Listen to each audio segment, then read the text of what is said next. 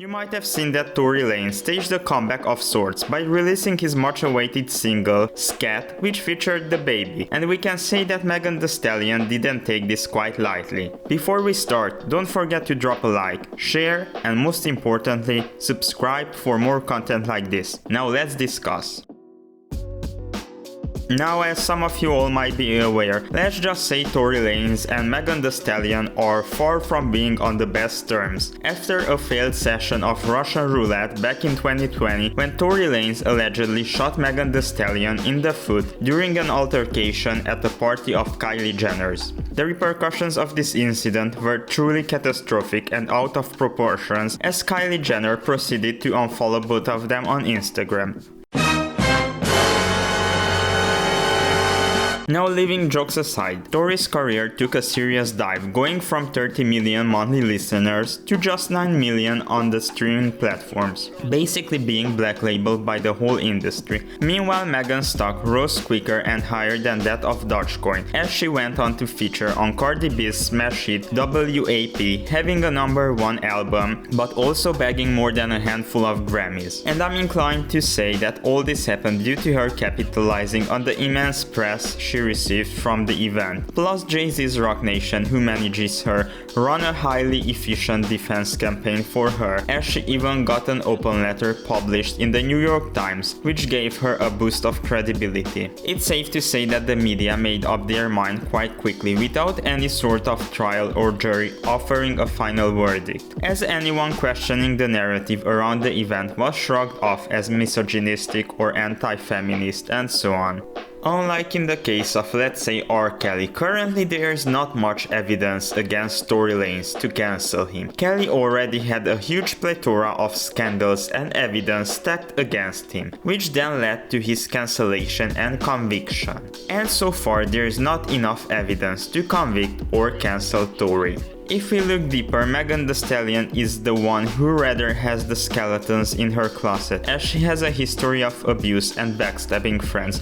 Let's just take the beef between Meghan Thee Stallion and her ex-best friend Kelsey. Kelsey accused Meghan of threatening her with the release of her sex tape if she dares to speak up on the incident, as it seems like Kelsey witnessed the whole thing and accuses Meghan of not telling the whole truth. People started to interpret this as a possibility of Meghan being partially at fault, as she could have been possibly the one that instigated the whole incident. And let's be honest, Tory Lanez stands no chance against Meghan Thee Stallion, as she's a whopping 6'2". Meanwhile, Tory is just 5'2". It's almost like the two were cut out of a really bad porn film. Tall Amazon ebony destroys a bald black dwarf.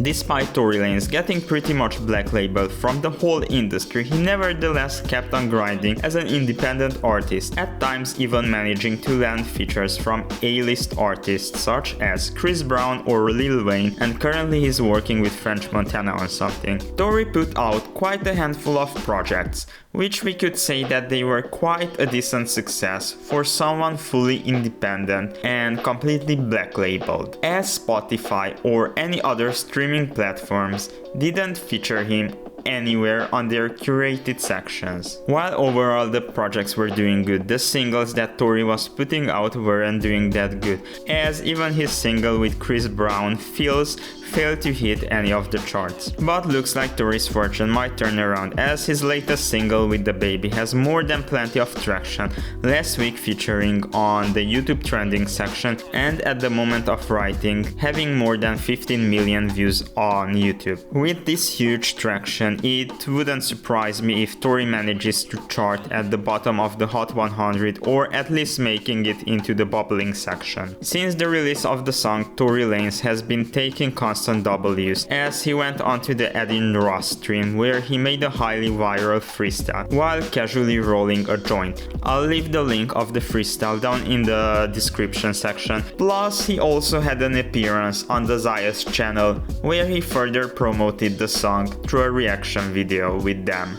I have to say that all this is quite clever promotion from Tory Lanez, as he managed to go behind the back of all the established media outlets, which basically black labeled him. I'd say that these appearances on streams and YouTube channels are a way more efficient way of promotion rather than going to talk shows or doing all sorts of press runs, as at times those can feel really rigid and inauthentic. Meanwhile here, Tory Lanez is laid back and having a blast of a time, giving him a much needed dose of likability and sympathy, especially after the whole Meghan Thee Stallion situation.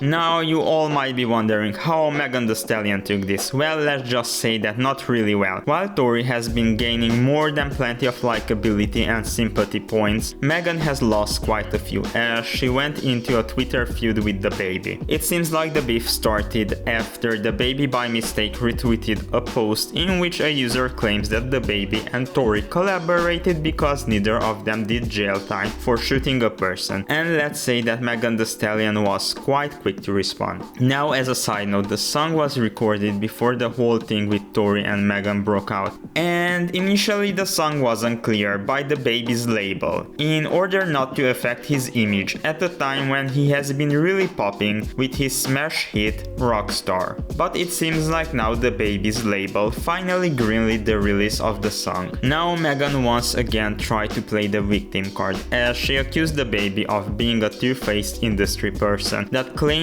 one thing in private and does another one in public, but also citing that people keep on downplaying her trauma. To everyone's surprise, Baby kept it polite and civil the whole time, giving encouragement to Meghan Thee Stallion to stay strong and not mind people's opinion. But Meghan kept on backfiring, with DaBaby continuing to keep it civil, making Meghan seem quite desperate, as she seemed bothered by DaBaby having any sorts of business with Tory.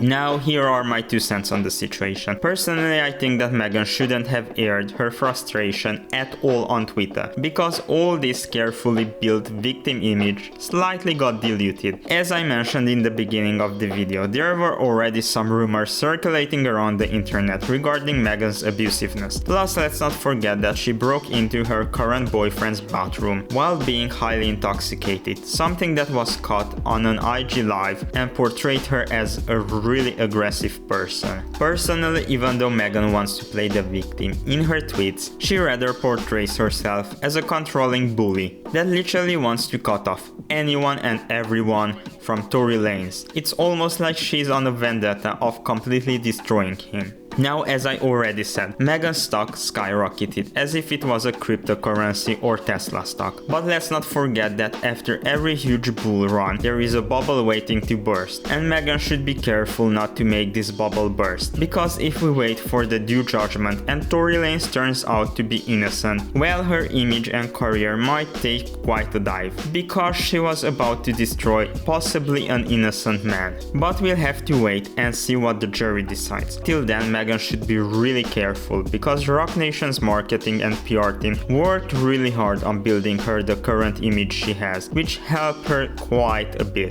Now please let me know down in the comment section, what do you make of the whole situation? Does Meghan Thee Stallion have the right to be pissed off, or is it just business at the end of the day? Also, please let me know what do you make of Tory's new single, and also let me know whether you think that he can stage a comeback. Also, before you leave, don't forget to like, share and subscribe.